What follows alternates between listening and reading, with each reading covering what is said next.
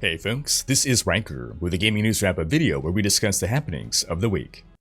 Or in this video's case, a little bit more than a week. Our topics today include a wrap-up of Activision Blizzard's continuing woes, Dragon Age 4 apparently faring no better, a roundup of ARPG news, and more.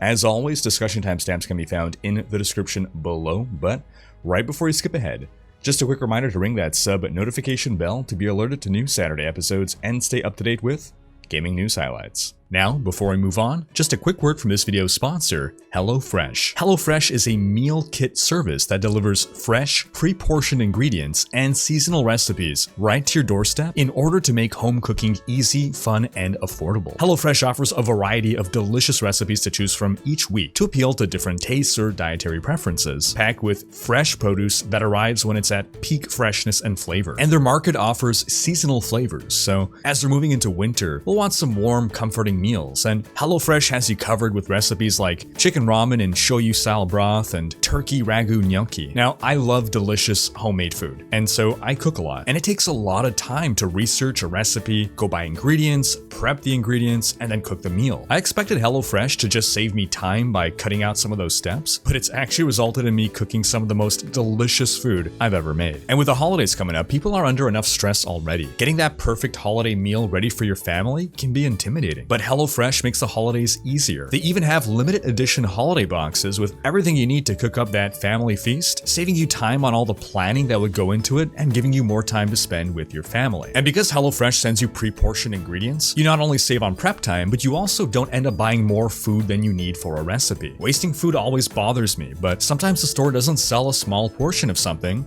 and a small portion is all I need. HelloFresh gives you exactly how much you need for the recipe. No waste. So, go to HelloFresh.com/Riker14 and use code Riker14 for up to 14 free meals and 3 free gifts. That's HelloFresh.com/Riker14 and use code Riker14 for up to 14 free meals and 3 free gifts. In our first quick topic, if you haven't checked out Season 1 of the League of Legends Netflix series Arcane, I'd highly recommend it, as the entire season is now fully released. Now, I'm not a League of Legends player, but the show stands on its own as a very well-made series with some strong characters. On to our first big story.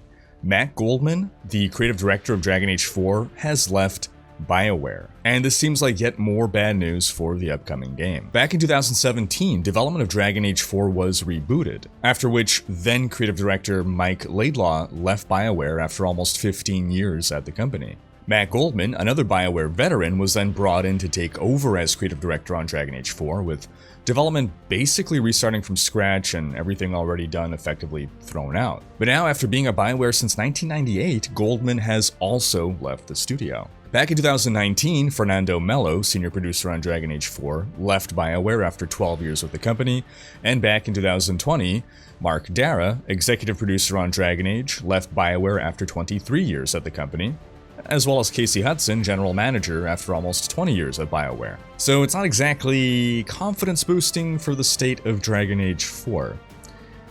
And perhaps most bizarre about the departure is that while other significant figures had left BioWare, left with a nice parting message, we find out about Goldman leaving now via an email sent out to staff from the studio GM, Gary McKay, stating that Goldman left the company and, quote, "We have mutually agreed to part ways. Here's to hoping that Dragon Age 4 will turn out great, but the reasons for concern continue to mount." And speaking of mounting concerns, it's time for our regular weather report on the Activision Blizzard blowing in from the west. The game company's servers were DDoSed for a brief period during Thanksgiving week, disrupting players' abilities to log in or play online games across both Blizzard's and Activision's titles. Hitting the company while most of its employees had the week off. Was the company being targeted specifically with the knowledge that it was understaffed at that time? We can only speculate on motives. Then, separately, John Yang, a 10-year Blizzard veteran, left the company recently. He was an associate game designer on Diablo 3, with items such as Yang's recurve named after him. Then in 2015, he became a game designer on the WoW team, then a senior systems designer on Hearthstone in 2019, until becoming the lead systems designer on an unannounced game in mid-2020, up until his departure. Was his project cancelled? Was it rebooted? Did he just get a better offer elsewhere? we'll see where he lands next. Meanwhile, at the executive level, Activision Blizzard's CEO Bobby Kotick allegedly told other executives that he will consider leaving the company if the company's issues with abuse and misconduct were not fixed, quote, with speed. This is according to the Wall Street Journal's sources, who also state that Kotick was informed that some of their employees would remain dissatisfied until he resigned. Now, it should be noted that Kotick made no clear commitment to resignation, simply that he would consider leaving the company. You know, like, well, I've considered leaving, and I have decided that I will not. Now, Kotick allegedly told senior Blizzard Entertainment leadership that he was ashamed of some of the incidents that had occurred during his tenure. He apologized for how he has handled the situation and expressed regret for his past behavior. But don't worry, things are about to turn around for the company because Activision Blizzard has formed a new workplace committee in an attempt to eliminate harassment.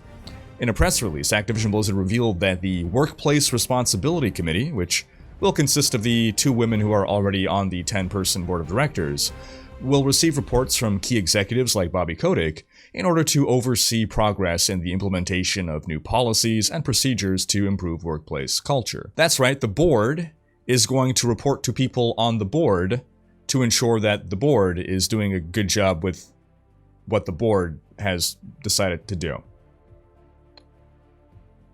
I imagine high fives will be involved. Meanwhile, analysts have begun changing their opinions on the outlook of Activision Blizzard as long as Kotick is CEO. In a report, analyst Matthew Thornton of Truist Securities wrote that Kotick remaining CEO will only elongate uncertainty and impede the rebuilding and restoring of morale and productivity.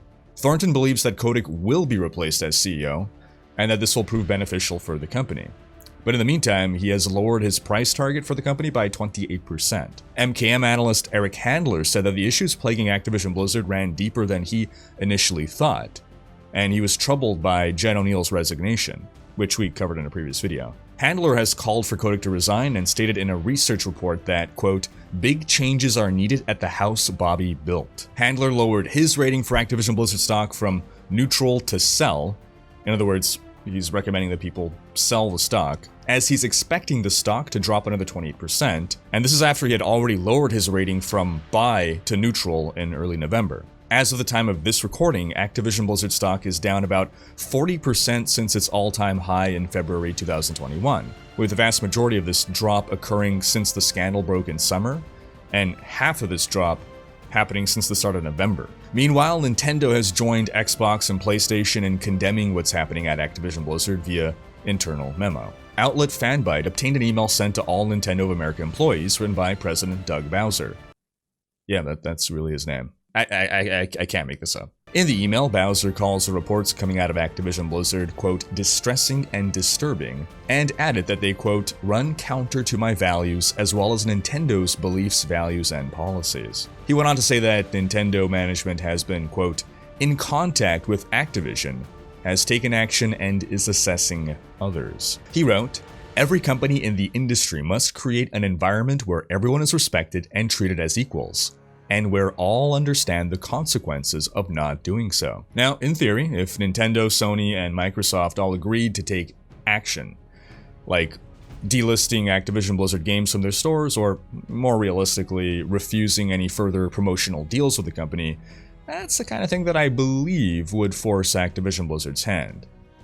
But for now, we're not seeing any action really being taken by the three, just some leaked memos that make these guys look good. In other news, the Chinese government seems upset with Tencent, as the Ministry of Industry and Information Technology has told app stores and platforms to block Tencent from updating existing apps or launching new apps in China. Tencent has more than 70 active apps and more than 100 mobile games that will be affected by this harsh administrative punishment, and it's unknown how long this punishment will last. China has been recently implementing increasingly harsh legislative measures to regulate data in the country, with one of the world's toughest regulations on personal data security being implemented in November, which has massive implications for cross-border data transfers. Tencent itself is a Chinese conglomerate. It's the world's largest video game vendor.